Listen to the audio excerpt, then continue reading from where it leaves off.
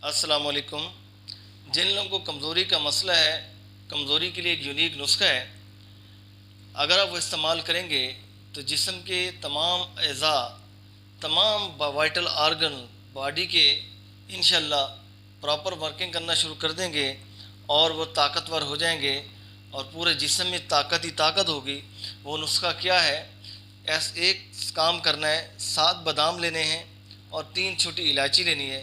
इनको बारीक पीस लेना है।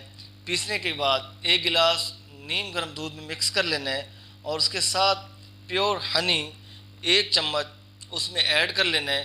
सुबह नहार मुँह पी लेना है और इंशाल्लाह इस नुस्खा का इस्तेमाल करने से जिस्म की तमाम कमज़ोरियाँ दूर हो जाएंगी और उस बुढ़ापा जो तारी हो रहा होगा वो दफ़ा हो जाएगा, भाग जाएगा।